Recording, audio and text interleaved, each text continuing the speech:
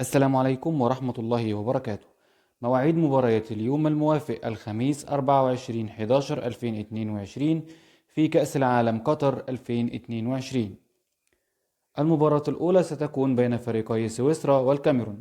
تقام المباراة على استاد الجنوب في تمام الساعة 12 ظهرا بتوقيت مصر وتونس، والواحدة ظهرا بتوقيت مكة المكرمة، على قنوات بين ماكس 1 و 2 بتعليق يوسف سيف.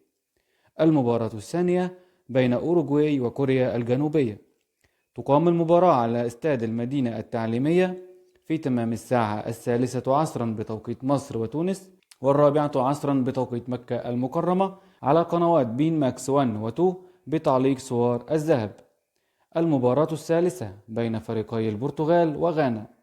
تقام المباراة على استاد 974 في تمام الساعة 6 مساء بتوقيت مصر وتونس، و7 مساء بتوقيت مكة المكرمة، على قنوات بين ماكس 1 و 2 بتعليق حسن العيدروس.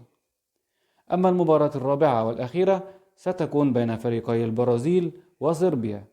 تقام المباراة على استاد لوسيل في تمام الساعة 9 مساء بتوقيت مصر وتونس، والعاشرة مساء بتوقيت السعودية، على قنوات بين ماكس 1 و 2 بتعليق حفيظ الدراجي.